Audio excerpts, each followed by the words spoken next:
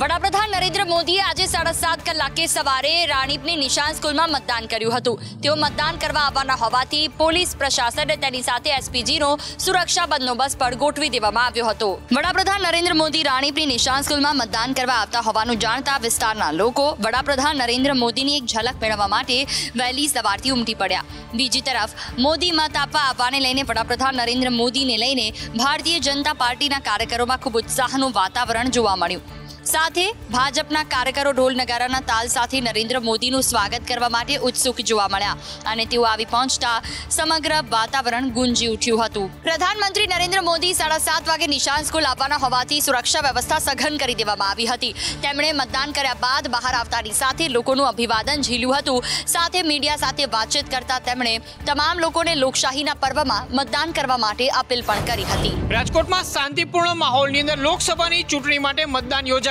EVM ની અંદર ભાજપના પુરુષોત્તમ રૂપાલા અને કોંગ્રેસના પરેશ ધાનાણીનું ભાગ્ય કેદ થયું। રંગીલા રાજકોટવાસીઓ આજે વહેલી સવારથી મતદાન કરવા માટે ઉમટી પડ્યા હતા। કેટલાક વિસ્તારમાં ઢોલ નગારા સાથે મતદાન કરાયું તો કેટલીક જગ્યાએ કેસરી સાફા અને ગરબાના તાલે મતદાનનો ઉત્સાહ જોવા મળ્યો હતો। ભીષણ ગરમી અને હીટવેવ વચ્ચે બપોરે મતદાનની ટકાવારી થોડી ઘટી હતી, પરંતુ ઓલ ઓવર મતદાન સારા પ્રમાણમાં થયું છે। ભાજપના ઉમેદવાર પુરુષોત્તમ રૂપાલા અને પરેશ ધાનાણી વચ્ચે અહીં સીધો મુકાબલો જોવા મળ્યો છે। તો રૂપાલા સામે ક્ષત્રિય સમાજનું આંદોલન પણ અહીં કેન્દ્ર સ્થાને રહ્યું છે। ત્યારે મતદારોએ કોના પક્ષે મતદાન કર્યું છે તે 4 જૂને ખબર પડી જશે। વિવાદ આંદોલન અને જોરશોરથી પ્રચાર બાદ આજે મતદાન યોજાયું હતું। રાજકોટવાસીઓએ પુરુષોત્તમ રૂપાલા અને પરેશ ધાનાણી વચ્ચે કોને પસંદ કરીને ઈવીએમ ની અંદર મત આપ્યો છે તે તો આગામી 4 જૂને જ ખબર પડશે। પીએમ મોદીએ એમપીમાં સંબોધન કરતા કહ્યું કે કોંગ્રેસે બાબા સાહેબ આંબેડકરની પીઠ પર ચરો માર્યો છે। પરિવારવાદોએ ખોટો ઇતિહાસ લખ્યો છે અને પાકિસ્તાન પ્રત્યેનો પ્રેમ તેમનો ચરમસીમાએ છે। પીએમ મોદીએ ખરગોનમાં નવગ્રહ મેળાના સ્તરે સભા સંબોધનના તેમણે કોંગ્રેસ અંગે કહ્યું કે તેમના જ લોકો કોંગ્રેસ છોડી રહ્યા છે। તેઓ કોંગ્રેસના ખતરનાક ઇરાદાઓ વિશે જણાવી રહ્યા છે। પીએમ મોદીએ તેમના સંબોધનમાં કહ્યું કે કોંગ્રેસે બાબા સાહેબને પીઠમાં છરો માર્યો છે। સાથે તેમણે કહ્યું કે રાજકારણમાંથી કોંગ્રેસ અને તેમના તમામ સાથીઓના સુપડા સાફ કરી નાખો। બાબા સાહેબ આંબેડકરને આ એક મોટી શ્રદ્ધાંજલિ હશે, કારણ કે તેમને બાબા સાહેબ આંબેડકરની પીઠમાં છરો માર્યો છે। બંધારણની પીઠમાં છરો પોકવામાં આવ્યો છે। મોદીએ કોંગ્રેસના તમામ વચનો અને ઇરાદાઓને ખુલ્લા પાડી દીધા છે। કોંગ્રેસ તૃષ્ટિકરણની દલદલમાં ધકેલાઈ ગઈ છે કે તેને બીજું કંઈ દેખાતું નથી। વડાપ્રધાન મોદીએ ઇન્ડી ગઠબંધનના ટેકેદારોને ટાંકીને કહ્યું કે તેઓ પોતાના પરિવારને પાર્ટી સોંપીને જતા રહે છે અને તમારા સુખ દુઃખની ચિંતા નથી કરતા। તેઓ માત્ર ચૂંટણી તેમના પરિવાર માટે જ લડી રહ્યા છે। પીએમ નરેન્દ્ર મોદીએ કર્ણાટકમાં પોતાના સંબોધનમાં તેમણે કહ્યું કે પ્રવજલ જેવા લોકો માટે ઝીરો ટોલરન્સ પોલિસી છે। કર્ણાટક સરકારે તેમને દેશ છોડવાની મંજૂરી આપી દીધી છે। આ કાયદો અને વ્યવસ્થાનો મુદ્દો છે। ત્યારે 28 એપ્રિલના રોજ હાસન કર્ણાટકના જેડીએસ સાંસદ પ્રવજલ રેવન્નાએ તેમની જૂની ઘરની નોકરાણી વિરુદ્ધ જાતીય સતામણીની ફરિયાદ નોંધાવી હતી। ફરિયાદ બાદ પ્રવજલના ઘણા વિડીયો સામે આવ્યા છે। એવો દાવો કરવામાં આવે છે કે મહિલાએ પોતાના બચાવવા માટે વિનંતી કરી છે અને પ્રવજલ વિડીયો શૂટ કરી રહી છે અને તેની સામે બુનકોશ નોટિસ પણ જાહેર કરવામાં આવી છે, પરંતુ તેણે દેશ છોડી દીધો છે। જેને લઈને મોદીએ કહ્યું, પ્રવજલના દેશ છોડવા પર કોંગ્રેસ અમને કેવી રીતે સવાલ પૂછી શકે છે? પ્રથમ કોંગ્રેસ જ તેમને રાજ્યની બહાર જવા દે છે। જો તેની પાસે માહિતી હતી તો તેણે એરપોર્ટ પર નજર કેમ ન રાખી? પીએમ નરેન્દ્ર મોદીએ કર્ણાટકમાં પ્રવજલ જેવા લોકો માટે ઝીરો ટોલરન્સ પોલિસી જણાવી છે।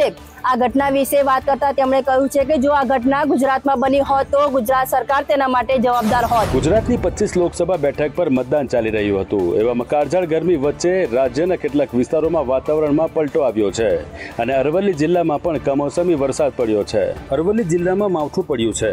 આજે ભર બપોરે અંબાજીમાં વરસાદ નોંધાયો છે, તો અરવલ્લી જિલ્લામાં પણ કમોસમી વરસાદ પડ્યો છે। ધગધગતા તાપ બાદ અચાનક વાતાવરણમાં પલટો આવતા લોકોને ઉકળાટમાંથી થોડી રાહત મળી છે। ભર બપોરે અંબાજી પંથકના વાતાવરણમાં પલટો આવ્યો અને એકાએક કમોસમી વરસાદ પડ્યો। વરસાદના કારણે અંબાજીના રસ્તા ભીના થઈ ગયા હતા। અંબાજી ઉપરાંત અરવલ્લી જિલ્લાના મોડાસામાં પણ વરસાદ પડ્યો હતો। આપને જણાવી દઈએ કે સ્થાનિક હવામાન વિભાગ દ્વારા 7 મેના રોજ ભારે ગરમી અને ધમધમતો તાપ પડશે તેવી આગાહી કરવામાં આવી હતી। આપને જણાવી દઈએ કે હવામાન વિભાગના જણાવ્યા અનુસાર આગામી 5 દિવસ ગુજરાતનું હવામાન સૂકું રહેશે। 6ઠ્ઠા અને 7મા દિવસે હળવા હળવા વરસાદની સંભાવનાઓ છે। તેમના જણાવ્યા અનુસાર 5 દિવસ પછી છોટાઉદેપુર, નર્મદા, તાપી અને ડાંગમાં હળવા વરસાદની શક્યતાઓ છે। જો કે આ પહેલા 7 અને 8 મે એમ 2 દિવસ હીટવેવ રહેવાની શક્યતાઓ છે। રાજ્યમાં કાળઝાળ ગરમીના પ્રકોપની વચ્ચે લોકોએ લોકસભાની ચૂંટણીનું મતદાન કર્યું હતું। મોટા ભાગના બૂથો પર બપોરના સમયે સન્નાટો જોવા મળ્યો હતો। રાજ્યમાં આજે લોકસભાની ચૂંટણીનું 3જા તબક્કાનું મતદાન યોજાયું। 4.97 કરોડ મતદારોએ પોતાના મતાધિકારનો ઉપયોગ કરવા માટેનો આજે પોતાનો મત આપ્યો હતો। ત્યારે સીએમ ભૂપેન્દ્ર પટેલ સહિત કેટલાક મહાનુભાવો પણ ઉપસ્થિત રહ્યા હતા। જોકે આજના દિવસે ગરમીએ પણ પોતાનો કહેર વર્તાવ્યો હતો। મોટાભાગના શહેરોની અંદર તાપમાનનો પારો બપોરના સમયે ઉચકાતાની સાથે જ રસ્તાઓ ઉપર અને સાથે જ મતદાન મથકો ઉપર પણ સન્નાટો જોવા મળ્યો હતો। અલગ અલગ જગ્યાના તાપમાન પર નજર કરીએ તો આજે અમદાવાદમાં તાપમાનનો પારો 42 ડિગ્રીને પાર પહોંચી ગયો હતો। બપોરના સમયે ગરમ પવનો ફૂંકાતા લોકો ઘરની બહાર ન નીકળ્યા। ત્યારે સાયક્લોનિક સર્ક્યુલેશન પણ સક્રિય થયું છે, જેના કારણે બફારામાં પણ વધારો જોવા મળી રહ્યો છે। ઉલ્લેખનીય છે કે રાજ્યના મોટાભાગના શહેરોની અંદર તાપમાનનો પારો ઉચકાતા બપોરના સમયે मतदान में असर जोवा मળી। दिल्ली के मुख्यमंत्री अरविंद केजरीवाल को आज भी कोर्ट से राहत नहीं मिली। केजरीवाल की जमानत पर आज सुप्रीम कोर्ट में सुनवाई हुई, लेकिन कोर्ट की तरफ से आज कोई आदेश पारित नहीं किया गया। आज की सुनवाई के बाद सुप्रीम कोर्ट की बेंच बिना आदेश के ही उठ गई। अब इस मामले की अगली सुनवाई 9 मई को हो सकती है या कोर्ट अगले हफ्ते भी इस मामले में अपना आदेश पारित कर सकता है। दरअसल दिल्ली के मुख्यमंत्री अरविंद केजरीवाल की जमानत को लेकर सुप्रीम कोर्ट में एक याचिका दायर की गई थी, जिस पर सुनवाई करते हुए कोर्ट ने कहा था कि लोकसभा चुनाव को देखते हुए केजरीवाल की अंतरिम जमानत पर विचार किया जा सकता है ताकि वे चुनाव प्रचार में शामिल हो सकें। लेकिन आज जब इस मामले में सुनवाई शुरू हुई तो ईडी ने केजरीवाल की जमानत का विरोध किया। वहीं अरविंद केजरीवाल को आज दिल्ली की निचली अदालत से भी झटका लगा है। शराब घोटाले से जुड़े मनी लॉन्ड्रिंग केस में अरविंद केजरीवाल की न्यायिक हिरासत 20 मई तक बढ़ा दी गई है। केंद्रीय गृहमंत्री અને ગાંધીનગર લોકસભાના ઉમેદવાર અમિત શાહે પરિવાર સાથે નારણપુરામાં મતદાન કર્યું। ગાંધીનગર લોકસભાના ઉમેદવાર અમિત શાહે વહેલી સવારે પોતાના પરિવાર સાથે પત્ની અને પુત્ર અથવા પુત્રવધુ સાથે મતદાન કરવા માટે નારણપુરાની સબ ઝોનલ કચેરી પર પહોંચ્યા હતા। મતદાન કર્યા બાદ તેમણે કામેશ્વર મહાદેવના દર્શન કરી અને લોકોને પણ ત્રીજા ચરણમાં મતદાન માટે અપીલ કરી હતી। ગુજરાત અને અન્ય રાજ્યોમાં પણ જ્યાં ચૂંટણી છે લોકોને અપીલ કરતા કહ્યું કે એક સ્થિર સરકાર ઈચ્છતા હો તો નવા મતદારોને પણ અપીલ કરી કે ભ્રષ્ટાચાર મુક્ત આતંકવાદ મુક્ત ભારતના નિર્માણ માટે તેઓ મતદાન કરે અને ભારતીય જનતા પાર્ટીને મતદાન કરવા માટે તેમણે અપીલ કરી હતી। મહત્વનું છે કે પ્રધાનમંત્રી નરેન્દ્ર મોદીએ મતદાન કર્યું ત્યારે પણ અમિત શાહ તેમની સાથે હાજર રહ્યા હતા। ત્યારબાદ નારણપુરામાં સોસાયટીઓમાં જઈ લોકોને પણ મતદાન કરવા માટે તેમણે અપીલ કરી હતી તો પોતાના પૈતૃક ઘરમાં પણ જઈ અને સ્થાનિક લોકોને અપીલ કરી હતી। મતદાન કરતા પહેલા નારણપુરા વિસ્તારની સોસાયટીઓમાં જઈ અમિત શાહે લોકોને મતદાન કરવા માટે પણ અપીલ કરી હતી। બનાસકાંઠા લોકસભા કોંગ્રેસ ઉમેદવાર જ્ઞાનીબેન ઠાકોરે પોતાના માદરે વતન અબાસણા ગામે પહોંચી મતદાન કરી પોતાનો મતાધિકાર અપનાવ્યો છે। કોંગ્રેસ પક્ષના ફાયરબ્રાન્ડ નેતા તરીકે ખ્યાતિ પામનાર વાવ વિધાનસભા બેઠકના વર્તમાન ધારાસભ્ય અને બનાસકાંઠા લોકસભા બેઠક પર કોંગ્રેસના ઉમેદવાર તરીકે ઉતરેલા જ્ઞાનીબેન ઠાકોર આજે લોકસભા ચૂંટણીમાં પોતાનો મતાધિકારનો ઉપયોગ કરવા પોતાના માદરે વતન વાવ તાલુકાના અબાસણા ગામે પહોંચ્યા હતા। સવારે 7:30 વાગે પોતાના માદરે વતન પહોંચેલા જ્ઞાનીબેન ઠાકોરે બૂથ કેન્દ્ર પર પહોંચી પોતાનો મતાધિકાર અપનાવ્યો અને તે બાદ મીડિયાને સંબોધતા જ્ઞાનીબેન ઠાકોરે બનાસકાંઠા સહિત ગુજરાતના લોકોને વધુમાં વધુ મતદાન કરવા આહવાન પણ કર્યું હતું। છેલ્લા 2 માસથી પોતાના ચૂંટણી પ્રચાર દરમિયાન અલગ અલગ નિવેદનોને લઈને ચર્ચામાં રહેલા જ્ઞાનીબેન ઠાકોર આજે પોતાનું મતદાન કરતી સમયે ભાવુક થયેલા પણ જોવા મળ્યા હતા। ઝારખંડ સરકારના ગ્રામીણ વિકાસ મંત્રી આલમગીર આલમ અને તેમના પર્સનલ સેક્રેટરી સંજીવ લાલ તથા તેમના નોકર જહાંગીર આલમને ઈડીની 6 દિવસના રિમાન્ડ પર મોકલવામાં આવ્યા છે। સોમવારે ઈડીની ટીમોએ ઝારખંડની રાજધાની રાંચીમાં 9 સ્થળોએ દરોડા પાડ્યા હતા। ઈડીને અત્યાર સુધીમાં 28 કરોડથી વધુની રોકડ રકમ મળી આવી છે। ગ્રામીણ વિકાસ મંત્રી આલમગીર આલમના પર્સનલ સેક્રેટરી સંજીવલાલના નોકર જહાંગીર અને પર્સનલ સેક્રેટરીના નજીકના કોન્ટ્રાક્ટર મુન્ના સિંહ કે જે માર્ગ વકાન વિભાગમાં ઇજનેરના વિકાસ કુમાર અને કુલદીપ મિંજના ઘરે દરોડા પાડવામાં આવ્યા હતા। આ સિવાય વધુ 3 સ્થળોએ દરોડા પાડવામાં આવ્યા હતા। સંજીવના નોકર જહાંગીરના ઘરેથી 25 કરોડની રોકડ તથા તેના મિત્રના ઘરેથી 3 કરોડની રોકડ રકમ મળી આવી હતી, જે માટે ઈડીએ નોટ ગણવાના મશીન અને કેશ વાન મંગાવી પડી હતી। ભારતીય મૂળના અવકાશયાત્રીઓ સુનિતા વિલિયમ્સ અને બુચ વિલમોરને આંતરરાષ્ટ્રીય અવકાશ સ્ટેશન પર લઈ જવાનું બોઈંગનું સ્ટારલાઇન મિશન મોકૂફ રાખવામાં આવ્યું હતું। સુનિતા વિલિયમ્સ અને બુચ વિલમોર અવકાશયાનમાં સવાર હતા, પરંતુ તપાસ દરમિયાન એન્જિનિયરોને રોકેટ બીજા તબક્કામાં ઓક્સિજન રાહત વાલ્વમાં સમસ્યા જોવા મળી. આવી સ્થિતિમાં ટીમે લોન્ચના 2 કલાક અને 1 મિનિટ પહેલા મિશનને સ્થગિત કરવાનો નિર્ણય લીધો. બોઇંગે કહ્યું કે ડેટાનું વિશ્લેષણ કર્યા બાદ હવે પછીનું લોન્ચિંગ 10 મેના રોજ થઈ શકે છે. જો આ મિશન સફળ થશે તો ઇતિહાસમાં પ્રથમ વખત અમેરિકા પાસે અવકાશયાત્રીઓને અવકાશમાં મોકલવા માટે 2 અવકાશયાન હશે. હાલમાં અમેરિકા પાસે એલોન મસ્કની કંપની સ્પેસએક્સનું ડ્રેગન અવકાશયાન છે. આપને જણાવી દઈએ કે 2014માં નાસાએ સ્પેસક્રાફ્ટ બનાવવા માટે સ્પેસએક્સ અને બોઇંગને કોન્ટ્રાક્ટ આપ્યો હતો. સ્પેસએક્સ તેને 4 વર્ષ પહેલા જ બનાવી ચૂક્યું છે. જમ્મુ કાશ્મીરના ફુલગામમાં આતંકવાદી અને સુરક્ષા દળોની અથડામણમાં 3 જવાનો શહીદ થયા છે. સેનાના અધિકારીએ જણાવ્યું કે આ 3 જવાનો આતંકીઓ સાથેની મુઠભેડમાં પહેલા ઘાયલ થયા હતા. જમ્મુ કાશ્મીરના ફુલગામમાં આતંકવાદીઓ અને સુરક્ષા દળો વચ્ચેની અથડામણમાં સેનાના 3 જવાનો શહીદ થયા છે. સેનાના અધિકારીઓએ જણાવ્યું કે આ પહેલા પણ આ 3 જવાનો આતંકીઓ સાથેની અથડામણમાં ઘાયલ થયા હતા. આ પછી તેને હોસ્પિટલ લઈ જવામાં આવ્યા, પરંતુ ત્રણેયના સારવાર દરમિયાન મોત નીપજ્યા હતા. જોકે આ વિસ્તારમાં વધારાની ફોર્સ મોકલવામાં આવી છે અને સર્ચ ઓપરેશનને વધુ ઝડપી બનાવી દેવામાં આવ્યું છે. પોલીસે જણાવ્યું કે સુરક્ષા દળોને દક્ષિણ કાશ્મીરના ફુલગામ જિલ્લાના હલન ફોરેસ્ટ વિસ્તારમાં આતંકીઓ હોવાની સૂચના મળી હતી. જોકે આપણે જણાવી દઈએ કે સર્ચ ઓપરેશન દરમિયાન આતંકવાદીઓએ સુરક્ષા જવાનો ઉપર ગોળીબાર કર્યો હતો. જવાબી કાર્યવાહીમાં સુરક્ષા દળોએ પણ ફાયરિંગ કર્યું હતું. ગુજરાતની 25 લોકસભાની બેઠકો માટે આજે મતદાન યોજાયું હતું.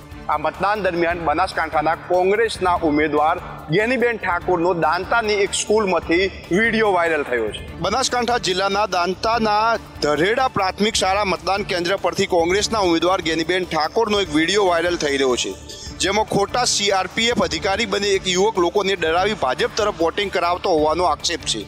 આ વ્યક્તિનું નામ પ્રકાશ ચૌધરી હોવાનું જાણવા મળ્યું છે. હાલ જ્ઞાનીબેન ઠાકોરનો આ વિડીયો સોશિયલ મીડિયામાં વાયરલ થયો છે.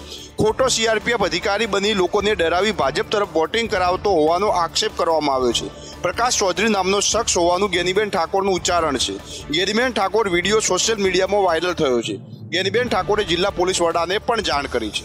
બનાસકાંઠામાં જ્ઞાનીબેન ઠાકોર અને રેખાબેન ચૌધરી વચ્ચે મુકાબલો ચાલી રહ્યો છે. આ મુકાબલા દરમિયાન જ્ઞાનીબેન ઠાકોર દ્વારા એક વિડીયો વાયરલ કરીને આક્ષેપો કરવામાં આવ્યા છે. વડોદરામાં 15 જેટલા કામદારોને ફૂડ પોઈઝનિંગ થતા તેઓને સારવાર અર્થે સયાજી હોસ્પિટલમાં ખસેડવામાં આવ્યા હતા. મહેસાણા નગર ગરબા ગ્રાઉન્ડ પાસે ચૂંટણી દરમિયાન 15 લોકોએ વગરેલા પૌમાં આરોગતા તેઓને ઉલટી થવા લાગી હતી. ચૂંટણી દરમિયાન મળતા નાસ્તાને આરોગતા 15 જેટલા કામદારોને ફૂડ પોઈઝન થતા સયાજી હોસ્પિટલમાં સારવાર હેઠળ ખસેડાયા. મહેસાણા નગર ગરબા ગ્રાઉન્ડ પાસે ચૂંટણી દરમિયાન 15 જેટલા લોકોએ વગરેલા પૌમાં આરોગતા તેઓને અચાનક ઉલટી થવા લાગી હતી, જેથી તેઓ તાત્કાલિક સારવાર હેઠળ સયાજી હોસ્પિટલમાં પહોંચ્યા હતા. મોટી સંખ્યામાં લોકોએ પૌવા ખાતા ફૂડ પોઈઝનનો ભોગ બન્યા હતા. ચૂંટણી ટાણે મતદાન મથક બહાર બૂથ પર બેઠેલા લોકોને નાસ્તો ચા પીવડાવવાની એક પ્રથા છે, પરંતુ તેવામાં ફટાકા પૌવા ખાધા બાદ 10 થી 15 બાળકોને ફૂડ પોઈઝનિંગની અસર થઈ ગઈ હતી.